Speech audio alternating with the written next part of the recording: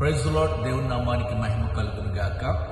మరొకసారి నాలో ఉన్నటువంటి తలంపులు మీతో పంచుకోవడానికి ఈ వీడియో రూపంగా వస్తా ఉన్నాను.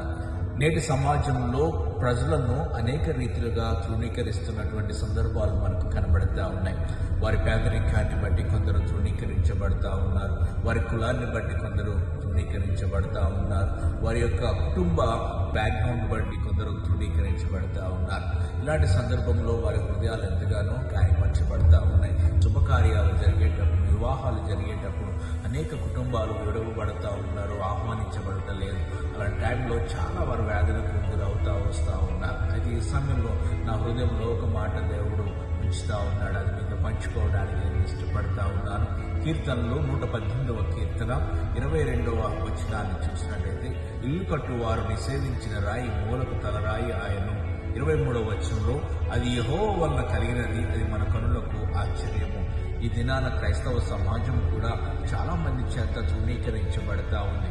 సొంత బంధువులే వారిని తృణీకరిస్తున్న సందర్భాలు కనబడతా ఉన్నాయి. క్రీస్తును ఆరాధించడాన్ని బట్టి, క్రీస్తునందు విశ్వాసం ఉంచడాన్ని బట్టి చాలా మంది తృణీకరించబడతా ఉన్నారు, రిజెక్ట్ చేయబడతా ఉన్నారు. అయితే ఈ దినాన దేవుడు నీతో నాతో మాట్లాడుతున్నట్టు మాట్లాడటం తెలుసా? నిన్ను తృణీకరిస్తూ ఉన్నారేమో, నువ్వు చాలా బాధపడతా ఉన్నావు, వేదన చెందుతా ఉన్నావేమో. బాధపడకు, వేదన చెందకు. ఎందుకో తెలుసా?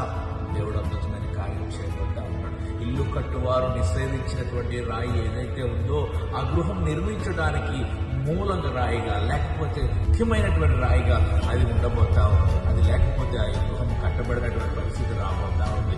ఇది యెహోవా వలన కలిగినటువంటి కార్యం. నిన్ను తృణీకరించినటువంటి వారిని ఒకరోజు చూడబోతా ఉన్నావు. వారి ఎదుట ఆశ్చర్యమైనటువంటి కార్యాన్ని దేవుడు చేసి నిలబెట్టబోతా ఉన్నాడు. భయంకరంగా నిలబెట్టబోతా ఉన్నాడు.